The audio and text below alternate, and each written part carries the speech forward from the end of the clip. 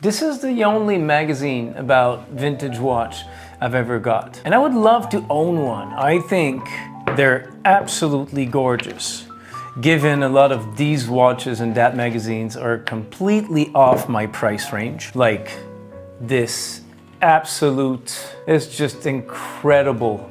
This is by far my favorite Rolex vintage watch. The two-tone as well. This is just absolutely gorgeous. The character that these watches have is incredible, but I'm so intimidated by them. It's crazy.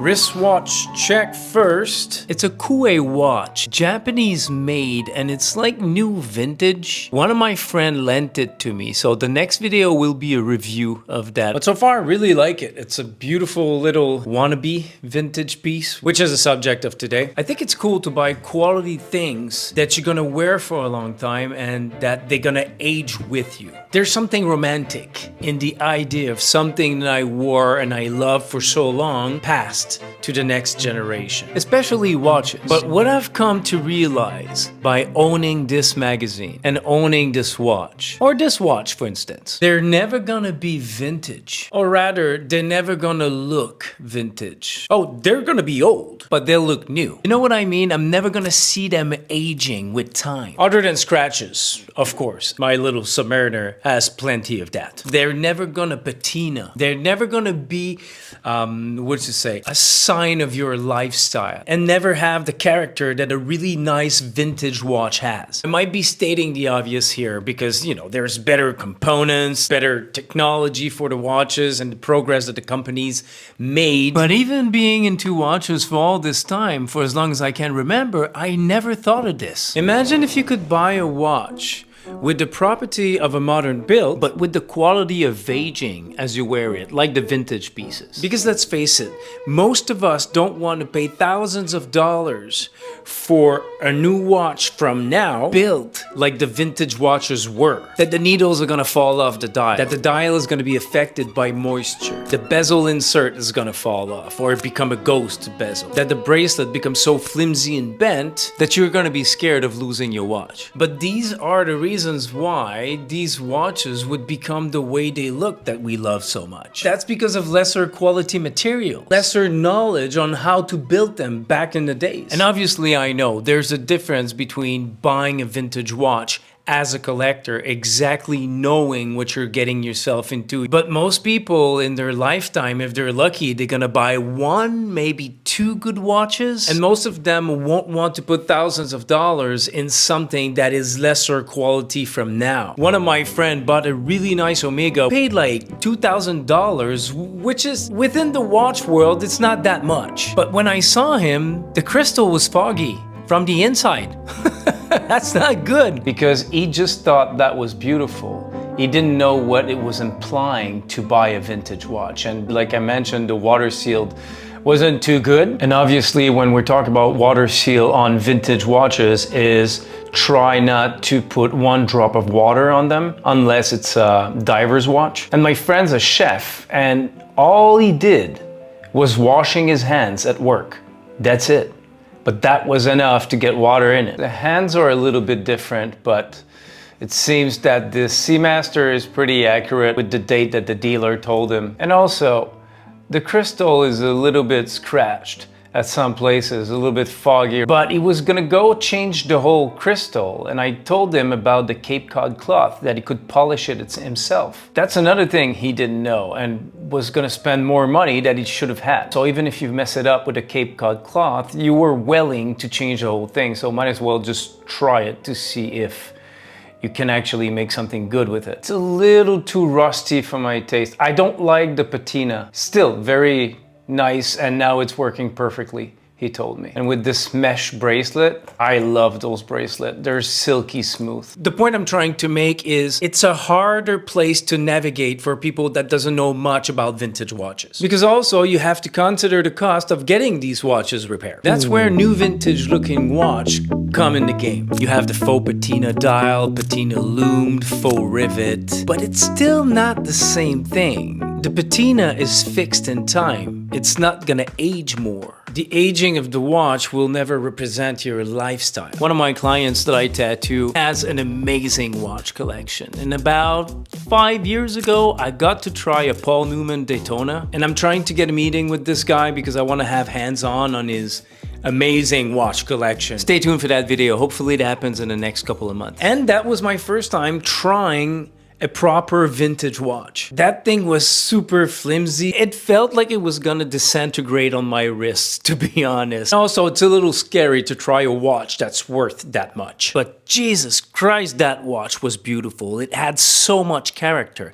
And he bought that long time ago. I think I remember he said he paid like 12,500 for it. He wore it his whole life and it showed, and that's what I thought it was cool about it. Back in the days, these were considered to be the best sports watch that existed. Let's take the beautiful Rolex Day-Date as an example. The pin bars holding the links were in gold. That was the reason why the bracelet would get so stretchy and bendy. Now they're gold with a ceramic sleeve insert to prevent the stretching and bending. I would argue this is very good. You want your bracelet not to fall apart. And Rolex, leading the way in the 90s, decided to change the hollow end links for a full end link, which would secure the bracelet a little more on the watch. Right here, this is a great example of that. You see that little space right here? This is what would happen to the hollow end links.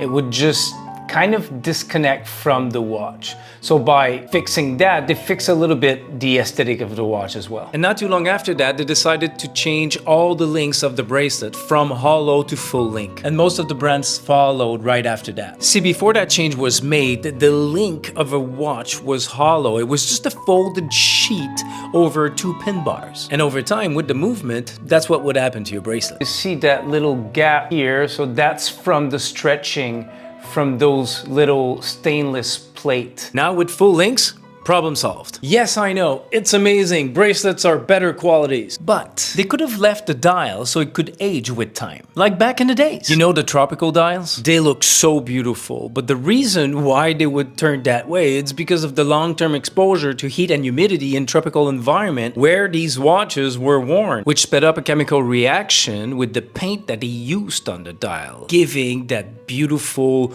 warm, chocolatey color that is so sought after. Now these watches go for crazy prices. What's crazy about this is you could have two people buying the same watch the same day, and 20 years later both watches would look completely different. And this will never happen again with the modern watches that we have. I could just picture my IWC with maybe a cameralized light beige brownish color because I'm gonna be wearing that thing for the next 10, 15, 20 years. Obviously, you don't want moisture in your watch. That can't be good for the movement. You know, with all the technology that they have, you would think that they could actually leave the dial to age gracefully. Tell me what you think about that. Am I just like crazy to think that that would be a good thing? The whole point is, we're never gonna create new vintage watches. These things are fixed in time. And if you're anything of a watch lover like I am, you probably notice right now that the vintage watch are getting back some steam. I remember like 5 years ago, nobody wanted a small watch. Even the woman wanted a 40 millimeters watch. They didn't care about a 34, a 30, or a 36 even. We wanted the 41, the 40. And now I even have a friend that has a nice Rolex collection. He's selling his 40 to buy 36. But as a result of that, the price are going much higher. I know, for me, a vintage watch is like a passion project. It's like your second watch when you have a really good, reliable one, then you get that. I don't know if I make sense. It makes sense in my head. If money was no issue, this definitely would be my dream vintage watch. I have to admit, I have a weak spot for the GMT with the champagne dial and the precious stone marker hours. But, you know, any of those would do. What would be yours? These are the reasons why vintage watches are intimidating to me. It's a very expensive thing that's been worn for a very long time. And by the way, any watches that goes over $200, I consider them to be very expensive.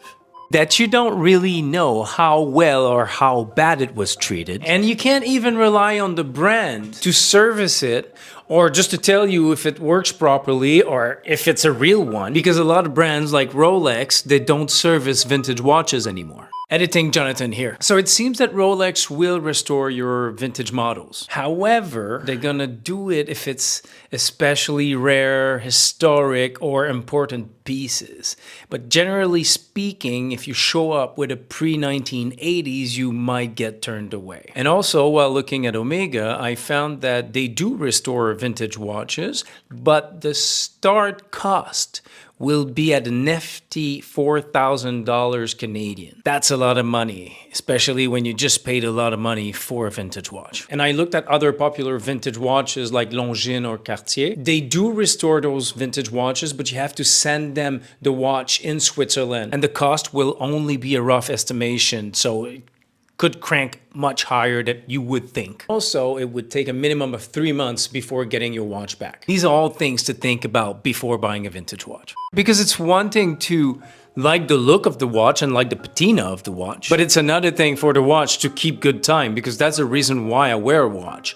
I love how they look, don't get me wrong, but they need to be accurate. This is what I use to tell the time. And also, finding a reputable guy that's gonna service that watch, repair that watch, without screwing you over, needs to be able to find a part to repair that watch. That's why I don't dabble in vintage watches yet. However, I'm ready.